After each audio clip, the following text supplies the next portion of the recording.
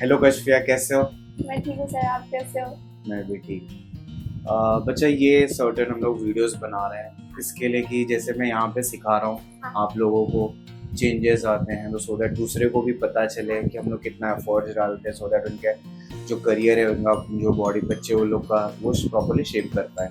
तो इसमें जैसे सर्टेन क्वेश्चंस मैं पूछूंगा, आप आंसर्स करेंगे, तो जो भी होगा वो रियल लाइफ, जो भी आपके अंदर चेंजेस आया रियल लाइफ बेस्ड जो भी होगा वो बोलेंगे, ठीक है? तो पहला जो था, लाइक आप मेरे पास 9 स्टैंडर्ड में आए, राइट? 9 ने पढ़ा, 10th पढ़ा, 11th भी हो चुका है, now you are in 12th, right?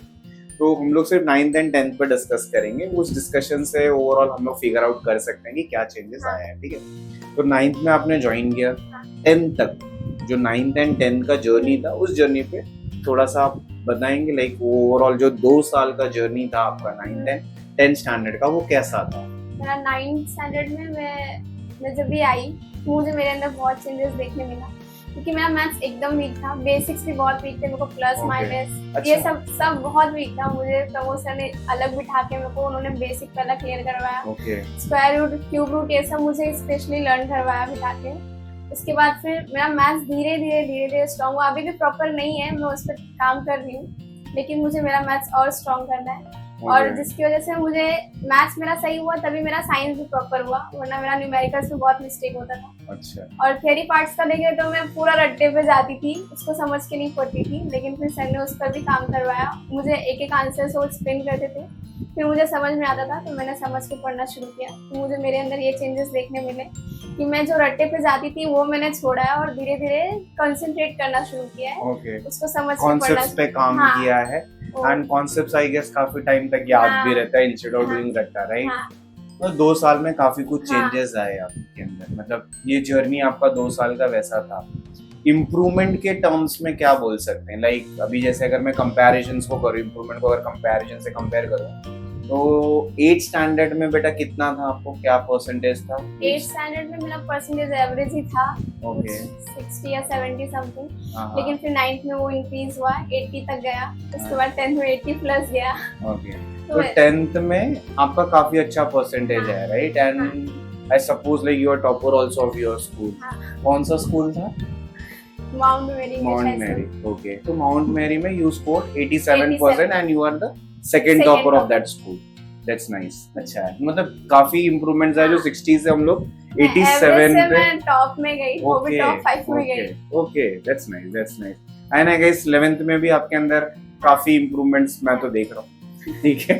तो वो चीज है, तो इंप्रूवमेंट के टर्म्स में काफी कुछ आपको हेल्प मिला। इसके बाद का मतलब जो ये पूछना था, लाइक टीचिंग टेक्निक यहाँ पे जैसे दूसरे स्टाफ आपको सिखाते हैं, मैं सिखाता हूँ और भी लोग सिखाते हैं, लैंग्वेज में है, तो उनके जो टीचिंग टेक्निक थे वो आपको कैसे लगे? उनके टीचिंग टेक्निक मेरे को यूनिक लगे, क्योंकि उनका, मैं अगर एक कोई क्वेश्चन करती हूँ, अगर वो उनका आंसर उस टाइम पे मुझे समझाते हैं कि ये डिराइव करके है। अभी मेरा मोस्टली क्वेश्चंस मेरे ऐसे रहते हैं कि जब मैं पूछती हूँ तो उसका आंसर ये रहता है कि डिफाइन है, लेकिन फिर मैं पूछती हूँ वो ऐसा डिफाइन क्यों है, तो फिर टीचर्स मुझे उसको भी एक्सप्लेन करते कि ये क्यों डिफाइन है करके। तो मुझे वो टीचिंग टेक्निक थोड़ा यूनिक लगा। मतलब आई कैन से जो चीजें डिफाइन चीजों को भी प्रॉपर्ली एग्जांपल के बेस पे समझा रहे हैं कि हाँ ये क्यों डिफाइंड है, क्योंकि मेरे ज्यादातर क्वेश्चंस वही रहते थे जो डिफाइन है, जो ऑलरेडी डिराइव है, तो उस पे मैम ने काम किया। अच्छा, मतलब उसके वजह से मतलब ओवरऑल सबका हेल्प मिला आपको।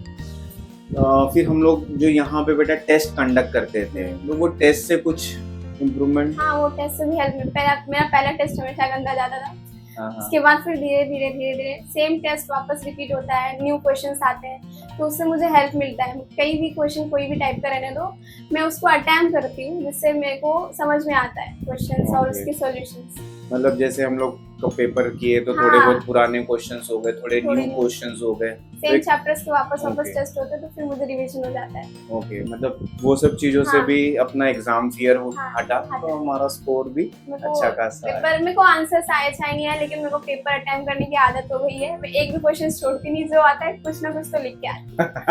अच्छा, मतलब कॉन्सेप्ट इतने क्लियर है कि आप अपना खुद का आंसर फ्रेम करके लिख रहे हो। That's very nice. वो बहुत कम बच्चे कर पाते हैं, उसमें आप अच्छा चीज है। तो ये चीजें आपके हो गए, एंड लास्ट का कंक्लूजन्स ये रहेगा कि आप इस क्लास को दूसरे को क्यों रिफर करना चाहेंगे? मैं इसलिए रेफर करना चाहूंगी क्योंकि यहाँ पे बच्चों पर स्पेशल ध्यान दिया जाता है। जो वीक रहते हैं उनको बिठा के अलग से समझाया जाता है, और जो अच्छे टॉपर बच्चे रहते हैं उनको भी मतलब अच्छा ही ट्रीटमेंट दिया जाता है। जैसे बाकी क्लास में सब जाते हैं कि हाँ हमें स्कोर चाहिए, हमें स्कोर चाहिए, लेकिन हमारे क्लास में ऐसा है कि बच्चे को कंसेप्ट समझ में आना चाहिए। बच्चे को क्या समझ में आ रहा है क्या नहीं, टीचर्स उस पर ध्यान देते हैं। तो इसके लिए मैं रेफर करना चाहूँगी क्योंकि यहाँ पर हमें क्वालिटी मिलेगी अच्छी। परसेंटेज पे काम किया जाएगा, लेकिन बच्चे को कंसेप्ट समझ रहा है कि नहीं समझ रहा वो भी ध्यान दिया जाता है इधर। तो वो बेसिकली कॉन्सेप्ट पे काम हाँ। करेंगे बेटा, तो परसेंटेज अपने अपने आप ग्रो हो जाएगा। grow हो जाता है। चलो अच्छा, thank you so much. Thank you sir.